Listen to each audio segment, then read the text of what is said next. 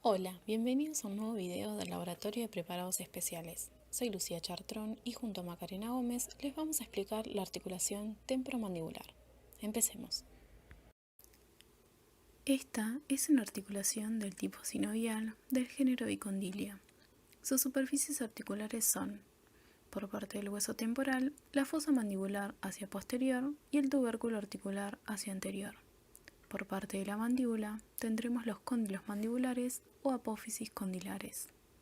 Acá podemos ver nuevamente las superficies articulares. En primer lugar, observamos una exobase donde vemos la fosa mandibular y el tubérculo articular a cada lado y los cóndilos mandibulares o apófisis condilares por parte de la mandíbula. Esta articulación cuenta con un medio de adaptación interpuesto entre ambas superficies articulares, es el disco articular, y está formado por tejido conectivo denso y fibrocartílago. Como medios de unión, vamos a tener una cápsula articular que se inserta hacia superior en el hueso temporal, sobre la fisura petroescamosa, en la fosa mandibular y en la base de la espina del efenoides. Hacia inferior se inserta en el cuello de la mandíbula. Además, esta se adhiere al contorno del disco, lo que en consecuencia divide la cavidad articular en dos partes, una temporodiscal y otra discomandibular. La cápsula se encuentra reforzada tanto por ligamentos intrínsecos como ligamentos extrínsecos. Los intrínsecos son dos. Tenemos el ligamento lateral, que refuerza la parte lateral de la cápsula articular. Es de forma triangular y se inserta superiormente por su base en el tubérculo cigomático anterior y en la parte vecina del borde lateral de la fosa mandibular, y se extiende hasta la parte lateral y posterior del cuello de la mandíbula. Luego tenemos el ligamento medial, que refuerza la parte medial de la cápsula y se inserta superiormente en el extremo medial de la fisura petrotimpánica, en la fisura petroescamosa que le sigue y en la espina del hueso del efenoides, e inferiormente llega a la cara medial del cuello de la mandíbula. Luego tenemos a los ligamentos extrínsecos, que son tres. El ligamento efenomandibular, que va desde la espina del efenoides hasta la língula del foramen mandibular. El ligamento estilomandibular, que se extiende desde la porción anterior de la apófisis estiloides hasta el ángulo de la mandíbula. Y el rafe pterigomandibular, que es la inserción tendinosa entre el músculo buccinador y el constrictor superior de la faringe, y se extiende desde el gancho de la lámina media de la apófisis pterioides hasta la porción posterior del borde alveolar de la mandíbula.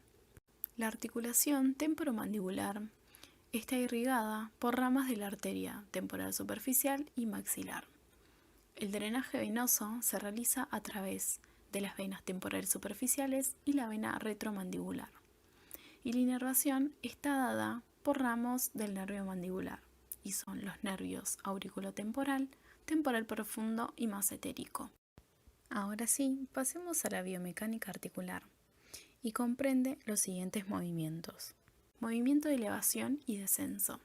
Son el resultado de la combinación de los movimientos de translación de la cabeza de la mandíbula de posterior hacia anterior y viceversa, que se producen en la articulación temporomeniscal, y un movimiento de rotación de la cabeza de la mandíbula que se lleva a cabo en la articulación discomandibular. Los músculos que elevan la mandíbula son el pterigoideo medial, el temporal y el massetero, y los que descienden son el digástrico y el miloioideo. También tenemos los movimientos de protrusión y retrusión. El primero realiza el desplazamiento de la mandíbula hacia anterior y el de retrusión es el movimiento inverso.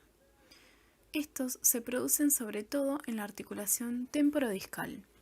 El mecanismo de este movimiento está normalmente asociado a la rotación de las cabezas de la mandíbula en el movimiento de descenso o elevación de esta. La protrusión está dada por los músculos pterioideo lateral principalmente, el temporal y el massetero, y la retrusión por la colaboración de fibras posteriores y profundas de los músculos temporal y massetero respectivamente. Y tenemos el movimiento de inducción. Este movimiento desplaza el mentón hacia la derecha o a la izquierda. Cuando el mentón se dirige hacia un lado, la cabeza de la mandíbula del mismo lado pivota sobre sí misma, en tanto que la cabeza de la mandíbula del lado opuesto avanza o se coloca bajo el tubérculo articular. En este movimiento intervienen los músculos pterigoideos laterales del lado opuesto que se realiza el movimiento. Por último, nombraremos las estructuras con las que se relaciona la articulación temporomandibular. Hacia lateral se ubica delante del tragus, del nodo linfático preauricular, de los vasos temporales superficiales y el nervio auriculotemporal. Hacia medial se relaciona con el músculo pterigoideo lateral, la arteria maxilar y sus ramas timpánicas, la arteria meningia media y la arteria meningia menor, el plexo venoso pterigomaxilar, el nervio lingual, el nervio dentario y el nervio auriculotemporal. Hacia posterior se relaciona con el conducto auditivo externo y la glándula parótida. Hacia superior se relaciona con la base del cráneo, meninges y encéfalo. Hacia inferior se relaciona con la mandíbula y hacia anterior se relaciona con la escotadura mandibular, con vasos y nervios masseterinos, pero se encuentra separado de ellos por la parte terminal del músculo pterigoideo lateral. Muchas gracias por ver el video. Esperamos hayan comprendido la anatomía y funcionalidad de esta importante articulación que cumple diversas funciones, dentro de ellas la masticación. Para cualquier consulta, no duden en escribirnos y dejar su comentario. Hasta pronto.